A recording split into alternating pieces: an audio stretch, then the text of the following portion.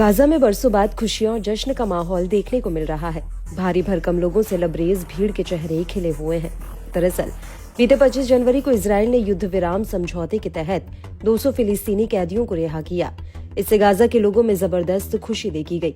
खास बात है कि रिहा होने वाले 200 कैदियों में से 121 इजरायली जेलों में आजीवन कारावास की सजा काट रहे थे। कुछ को इजरायली अदालतों ने कई हत्याओं के लिए दोषी ठहराया था। रिहा किए गए इन कैदियों में ऑपरेशन फ्रीडम टनल के मोहम्मद अल अरीदा भी हैं, जिसको इजरायली जेलों में बरसों तक रहने के बाद आखिरकार आजादी मिली। 1982 को कब्जे वाले वेस्ट बैंक के जेनिन में जन्मे अल अरीदा को साल 2002 में इजरायली सेना ने रामल्लाह शहर में घेराबंदी कर पकड़ा था। इसके बाद उसे 3 आजीवन कारावास और 20 साल की सजा सुनाई गई थी। उस पर फिलिस्तीनी इस्लामिक जिहाद आंदोलन की सैन्य शाखा अल कुद्स ब्रिगेड के सदस्य होने का भी आरोप था। साथ ही इजरायली सेना के खिलाफ ऑपरेशन में भाग लेने का भी दोषी था। बताया जाता है कि अल अरीदा इजरायली शट्टा जेल में अपनी सजा काट रहा था, जो वेस्ट बैंक के सेंट्रल में बेत शियान के पास कब्जे वाले जॉर्डन वैली में है। इससे पहले साल 2014 में जेल से भागने की कोशिश के चलते अरीदा को 1 साल के लिए एकांत कारावास में रखा गया था। हालांकि साल 2021 को उसने फिर साथी कैदियों के साथ ऑपरेशन फ्रीडम टनल नामक एक ऑपरेशन में जेल से बाहर निकलने में सफलता पाई, मगर इजरायली सेना ने फिर से उसे गिरफ्तार कर लिया और उसे कठोर सजा दी। अल अरीदा की बरसों बाद हुई वापसी से वेस्ट बैंक में उसके घर के बाहर समर्थकों का तांता लग गया।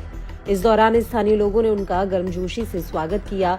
सैकड़ों की संख्या में लोगों ने उन्हें घेर कर इजराइल विरोधी नारे लगाए।